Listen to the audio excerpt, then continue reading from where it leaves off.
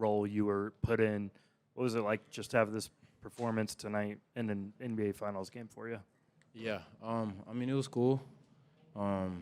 Just try to go out there, contribute to the team, help put us in a position to win, and got hot. The guys kept finding me, so just stuck with it. Aaron Michael Grange, Sportsnet Toronto. A critical must-win game, and Shea was really looking for his teammates, found you and I think 5 or 6 other guys, 4 open threes. What does it say about the trust he has in the group that he goes to work with? Yeah, I mean, it just shows his willingness to, create for other guys. Obviously, everybody sees the points and, how easy it may be for him to, go out there and get 30, 40 points. But when he's out there sharing the ball and getting other guys involved, that's when our team is, at our best. So, credit to him just going out there, playing the game the right way and, continuing to just, help put us in good positions. Barry? Barry Trammell, Tulsa World. Aaron, by all accounts, you've handled the up and down minutes pretty well.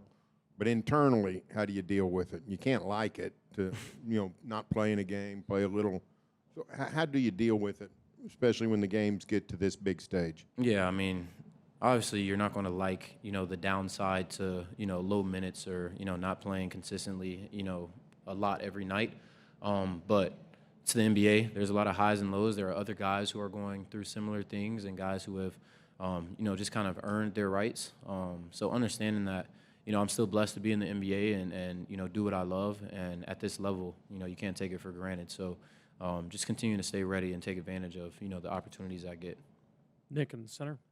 Aaron, it may just be instinctual, but part of this whole conversation is your ability to play off of and alongside every single one of your teammates. I think of your threes, 4 of them assisted by 4 different players. What is it about you and maybe your journey that allows you to just be so fluid no matter who you're out there with?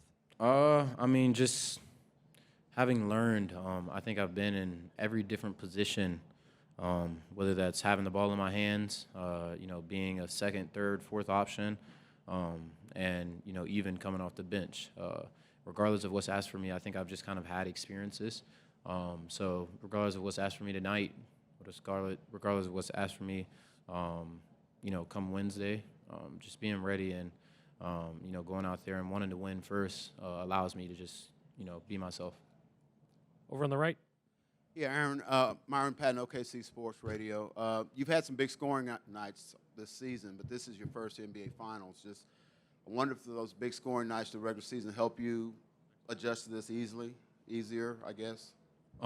Definitely just, gives you confidence because knowing that, you're capable of and you've done it before, allows you to go out there and play, allows me to go out there, play my game and just play confident, play free.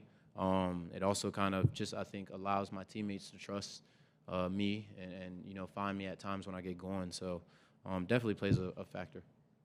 4th row on the right. Cynthia King, Real Talk Sports. Thank you for your time. You mentioned just your journey and being ready for the moment. When you think about your hometown, when you first picked up a basketball, how much of your hometown do you carry with you every night when you step out on the court? Yeah, I think about it all the time. Being from Greensboro, kind of, my journey early on, it built me to be grateful and take advantage of the opportunities I get.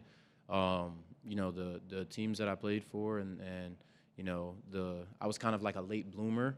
That just kind of, helped, my journey. It kind of helped me mentally to not be afraid of, regardless of what moment may be in front of me or regardless of what's asked for me. So I always think back, to being at home and, staying grounded. Dan here on the left. Dan Devine, Yahoo Sports. Aaron, you were part of that big 19-2 run in the second quarter to kind of blow the game open. Just what were you seeing in terms of what was allowed you to establish that separation? And the building gets insane, super duper loud when that kind of stuff happens. What does that feel like when you're feeling that game expand like that? Yeah, I mean, it feels great. I think we just kind of found a rhythm on both ends of the court. We were able to get stops, get out in transition, hit a couple shots, and once we kind of got going, you could kind of just feel the energy, playing a factor in that. So electric crowd tonight, and, they were a part of, that 19-2 run in that second quarter. Last 2 questions. 3rd row on the left and in the front. Ramon, Deportes en Línea, Dominican Republic. And during the game, you were able to have a lead for 15-plus points. during the third quarter, do you have in your mind that probably Indiana could make the comeback again? I mean, yeah, the game's not over. They did it game one. So, you know, we've got to close out games the way we did tonight. We've got to make sure that, you know, we don't take our foot off the gas and just continue to play the right way. And we did a good job of that tonight, executing down the stretch and just making sure that we close that game. Joseph Pavone, clutch points.